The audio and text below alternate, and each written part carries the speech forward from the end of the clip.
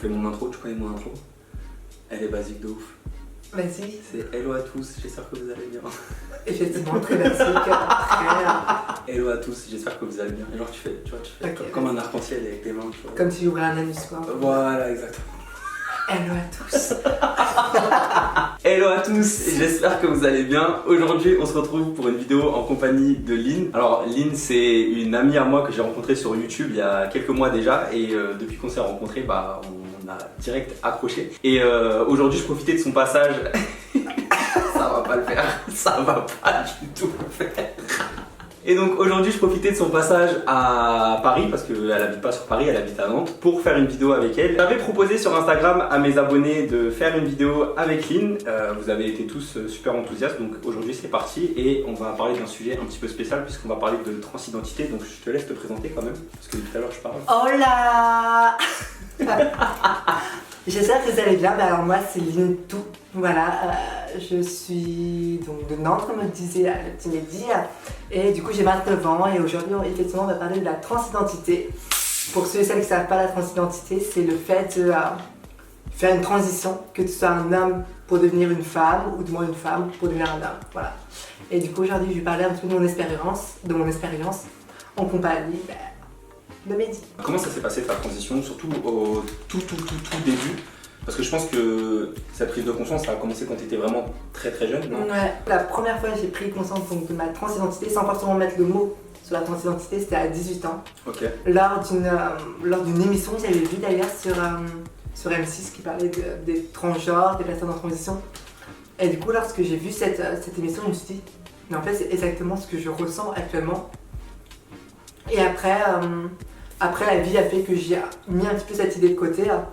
Et après, elle m'est revenue en 2016, donc c'est-à-dire quelques années après, où pour la toute première fois, je suis sortie dans la rue. Donc c'était au Vietnam, c'était lors de l'Halloween du Vietnam.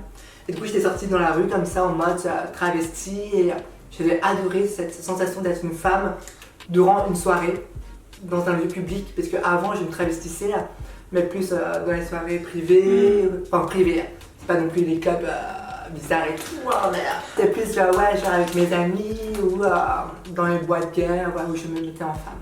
Et au niveau des étapes de la transition, pour ceux qui connaissent pas un peu comment ça fonctionne, que ce soit au niveau hormones, physiologique, administratif aussi, t'es passé par quelles étapes? Parce que ça a été compliqué. Vous n'avez pas forcément besoin de faire une transition pour vous sentir femme, d'accord? C'est important de le dire. Voilà, c'est important de le dire.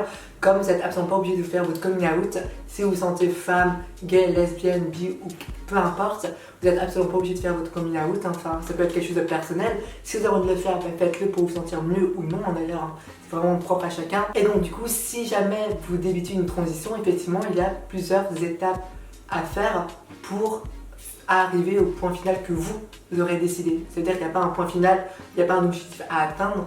D'accord? L'objectif à atteindre est vraiment libre à chacun de le placer où il veut. Dans ma situation, donc j'ai commencé d'abord à aller voir mon médecin généraliste qui m'a dit, ben voilà, je vais vous rediriger vers un psychiatre. Le psychiatre vous donne une attestation de dysphorie de genre qui, en gros, vous donne le droit aux hormones. C'est difficile à obtenir ou pas au niveau du parcours avec le psy, sachant qu'en France quand même il y a beaucoup de transphobie? En fait ça dépend. Si vous faites un parcours privé ou un parcours public, alors parcours public c'est lorsque vous passez par des regroupements de professionnels qui sont spécialisés dans la prise en charge des personnes en transition, ou si vous décidez de faire votre parcours privé, c'est-à-dire que c'est vous qui choisissez les différents professionnels. Moi dans ma situation j'ai vraiment pris des professionnels que je voulais, selon c'est pas les rumeurs, les recommandations un petit peu des autres, des gens. Parfois ça peut effectivement prendre plus de temps. Et comme parfois dans mon cas, par exemple au bout d'un rendez-vous, j'avais cette fameuse attestation qui me permet d'accéder à tout le reste. Les hormones, les chirurgies, etc. Après avoir donc reçu l'attestation du psychiatre, tu vas avoir un endocrinologue et c'est les spécialistes des hormones qui te prescrivent tes futures hormones pour ta transition, quoi. De toute façon, lors d'une transition, il faut vraiment être patiente, hein. Je dis ça aussi pour tout ce qui est administratif, que ce soit pour changer ton prénom à mairie, changer ton état civil, c'est-à-dire de passer de la lettre M à la lettre F sur tous tes papiers un petit peu d'identité, que ce soit passeport, carte d'identité, permis, etc. Et ça, il faut passer devant un juge. Et vraiment, tous ces processus administratifs en France prennent vraiment énormément de temps. En fait, l'administratif, c'est encore plus compliqué que le médical. Ok, c'est incroyable. C'est incroyable. Ouais. C'est pour ça que si un jour vous décidez de faire votre transition, il faut vraiment s'occuper des papiers le plus rapidement possible. Okay. Moi, ça fait 2 ans que j'ai débuté ma transition et j'ai fait un peu les choses un peu à l'envers. J'ai commencé d'abord par l'attestation, j'étais obligée de la voir par le psychiatre. Après, moi, j'ai fait les chirurgies, ensuite les hormones et seulement après, j'ai fait les papiers. Et du coup, je me suis dit, si j'avais commencé les papiers en même temps que tout ça, aujourd'hui, ce serait déjà bouclé. Et ta transition au quotidien, tu la vis comment? Parce que, ouais, je parle au présent parce que ta transition n'est pas encore terminée. Tout à fait. Ouais.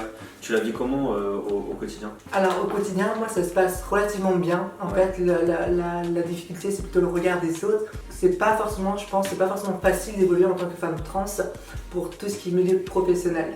Voilà. Après, dans le personnel, ça peut aller, ça dépend des situations de chacune, des personnes. Parce que toi, au niveau de ta famille, par exemple, tes amis, ça s'est bien passé? Ouais, c'est ça. C'est vrai que pour reparler de mon cas, j'ai vraiment eu de la chance que ma transition se soit acceptée vraiment par tout le monde, que ce soit mes amis, ma famille, même le milieu professionnel dans lequel j'évolue aujourd'hui, ils l'ont très bien accepté. Et voilà, mais je sais que c'est pas forcément évident pour tout le monde et chaque situation est vraiment différente.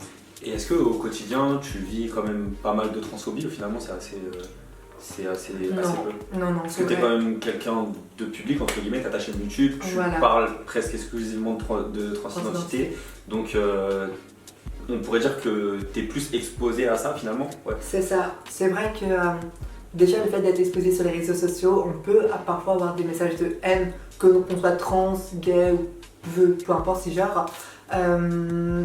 Mais c'est vrai qu'en tant que femme trans exposée sur YouTube, Instagram, etc., on peut effectivement, en tout cas je peux effectivement avoir des messages de haine. C'est très très rare et les fois où j'en rigole, c'est-à-dire que je prends tout moi au 2e degré parce que soit j'ignore leurs commentaires parce que c'est la meilleure façon de contrer ce genre de commentaires, c'est d'ignorer, ou quand de temps en temps je m'amuse à répondre, c'est vraiment, je rentre dans leur jeu et j'essaie de tourner ça vraiment au second degré pour leur prouver que ce qu'ils disent c'est vraiment idiot. J'avais une question qui avait été posée par un de mes abonnés dans la boîte à questions que j'avais mis dans ma story hier avant le tournage. Il y avait beaucoup de personnes d'ailleurs qui avaient posé cette question, c'était par rapport à tout ce qui est relations amoureuses et sexualité. Quand on est une personne transgenre, même si on est une personne finalement, donc on est tous des êtres humains et qu'on a tous des sentiments et qu'on a tous des relations comme tout le monde, est-ce que ça se passe différemment avec les gens? Comment réagissent les gens par rapport à ta transidentité? Est-ce que parfois c'est compliqué? Alors, par rapport aux rencontres amoureuses, effectivement, on peut être confronté à des personnes qui sont malveillantes ou qui viennent te voir parce que tu représentes à leurs yeux un fantasme, parce que voilà, le fait que d'être une femme avec un pénis ou d'être un homme avec un vagin, ça peut énormément les exciter, ça peut attirer leur curiosité, mais leur curiosité parfois c'est assez malsain parce qu'effectivement ils ne te voient pas en tant que personne et du coup ils viennent te parler pour réaliser un fantasme ou pour assouvir une pulsion ou peu importe, et du coup à partir du moment que tu fantasmes sur quelqu'un et que tu es dans cette démarche là, c'est pas une relation très saine en fait. En tant que femme transgenre, c'est difficile de faire des rencontres sincères à cause de ça. Ça t'est déjà arrivé, parce que ça aussi c'est une question qui a été posée par un abonné, d'avoir une relation avec une personne et de ne pas lui dire tout de suite que tu étais transgenre, et une fois que tu lui as avoué, finalement ça a repoussé la personne était rebutée puis elle partait. Alors moi j'ai jamais eu ce cas de figure là parce que je pars du principe que je préfère être transparente, que ce soit sur les applications de rencontres ou même dans la vraie vie, je préfère leur dire direct, au moins comme ça ils ont le package en entier et après ils se débrouillent avec ça. Mais non, je préfère, juste par respect pour la personne, de lui dire au moins comme ça, il n'y a pas de mauvaise surprise. Et surtout, je me protège de potentielles réactions négatives que pourrait avoir la personne. Parce qu'il n'y a rien de pire que de se faire rejeter sur le moment en disant non, en fait, voilà, le fait de se faire rejeter, personne n'aime ça.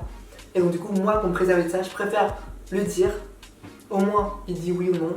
Mais je préfère pas attendre au dernier moment pour avoir un vent ou me prendre un mur ou des réflexions. Du coup, toi, vu qu'on en a déjà parlé plusieurs fois, tu es encore en cours de transition. Et du coup, ta transition, elle sera entre guillemets achevée lorsque tu auras fait la vaginoplastie, c'est ça? Peut-être tu veux pas qu'on en parle? Ah non, t'inquiète, ok, pas de souci. Tu me dis, hein, parce que j'ai pas envie qu'on parle de trucs. Non, t'inquiète, t'as pas de souci. C'est juste que, alors, il faut savoir que, comme je disais au début de la vidéo, il n'y a pas de point final ou d'objectif à atteindre, tu vois. Voilà, pour certaines personnes, finir leur transition, c'est juste changer leur prénom. Oui. Point. D'autres, c'est juste prendre des hormones.